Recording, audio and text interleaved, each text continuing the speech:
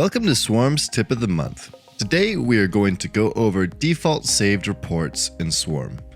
If we go over to Custom, under Reports, we will be loaded up with our custom report, and here at the top you will see your saved reports.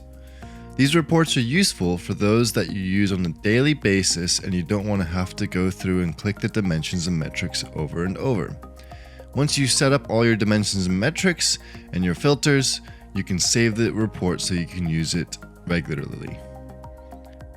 Here, if we click on the daily report, you'll see that the dimensions and metrics are loaded automatically. Not only that, your report is loaded automatically as well, so you don't even need to click search. Now, once you have your report, if you wanted to edit and create a new report, you could go simply ahead and uncheck a few things, or even check a few boxes off.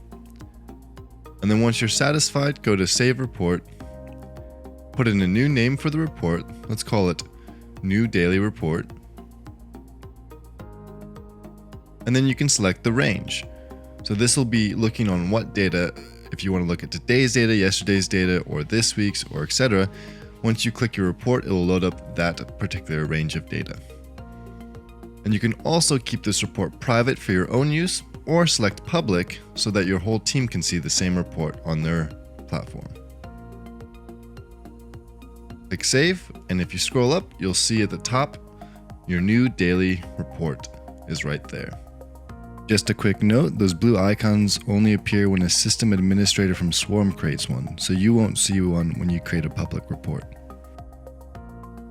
If you see a light gray box, that means it's a private report. If you see a dark gray box, that means it's a public report.